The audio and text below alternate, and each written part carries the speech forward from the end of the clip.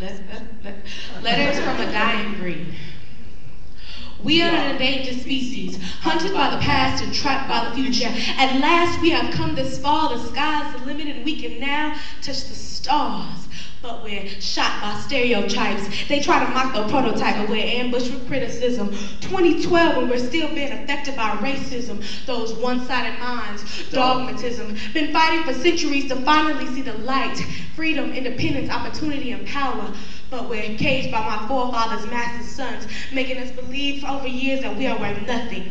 We are an endangered species, hunted by the past and trapped by the future. Because really, what does black come to symbolize but simple lies? Yet it only takes a glimpse of eyes from a different perspective to see that we've fallen off the pedestal we once claimed. You see, black has been devoid of meaning for various years. What was once the strongest movement assembled by the greatest leaders that tried to carry its peers has been slowly dying. So we've had to bury it near to our hearts, which serve as tombstones drenched in Malcolm, Martin Luther, and Harriet's tears. Yet I'm hearing hilarious cheers because I've been left in the dark, unaware as to the dumb affairs my brothers have come to share with the world, exhibiting their ignorance, making it seem that the fun of theirs is the fun of mine. See, black folk nowadays are seen as a race of people that have long since lost their secular purpose. So we're going to continue to spit these consecutive verses until we reach deep into the mind of a regular person instead of following messages deep into their brain. We are an endangered species, hunted by the past and trapped by the future. We are Harriet, King, and Malcolm, great leaders, still being hunted,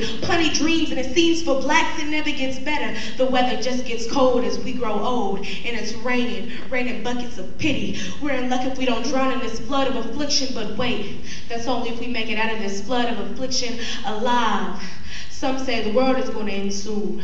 But I say, for Negroes, this world, our lives, our dignities has been dying for centuries now, all because we are too coward to claim it back, wondering why they used to call us animals.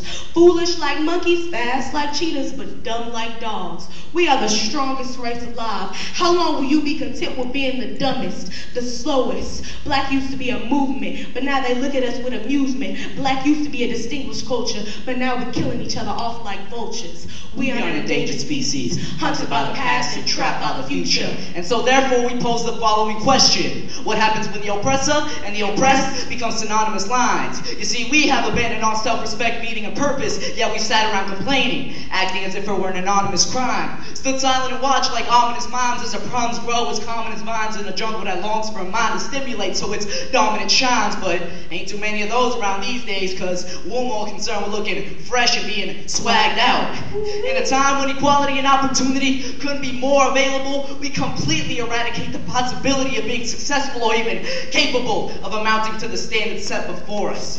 What have we reduced ourselves down to but mere animals that inhabit a separate forest where we bury deep our pride and said, peace may you rest in for us. You see, it's like we were on the right path and took a left, gave up liking math, took up meth, gave up our love of the fine arts like pottery, and took up cycles of underachievement, poverty, gave up our bond as a people, which was as cohesive and as sticky as tape, and traded our dominant black leaders like Malcolm and Harriet for Nickies and Drakes. Gave up our love to study subjects such as science and minds, and took up living short-lived lives full of violence and crime. And I bet you if you asked anybody random off the street, they'd say about 25% of us are pious and kind, and the other 75 would just be riots and nines. But if what it takes to change your mind is this gathering and an alliance of rhymes, I beg you to look at people like Keisha, breaking stereotypes, and notice that her defiance, it shines. Take a look at the man in the mirror and tell me he's his own worst enemy. Tell him that in terms of higher education, he will see one educated youth per 70, and tell him that this lack of education is hurting them and me in more ways than one. You see, initially, we wanted to write a poem about racism and how we should persevere. And then we thought, you know what, we have major problems of our own. So the hatred of others just isn't the worst of fears. And I hope that the persons here have really listened to our message. Because even if we have trouble, we still can just burst the cheer. And if you happen to be in your seat thinking, whoa, these feelings that have filled me are strange, just think, what if we put your face on currency?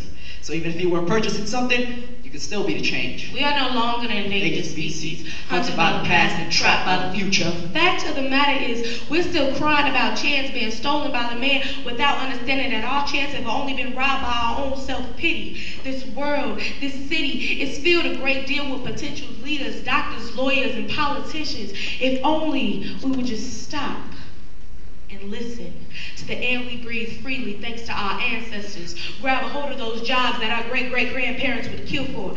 Cherish the education that past blacks only dreamed about. So quick to dribble a basketball but hesitant to pick up a book.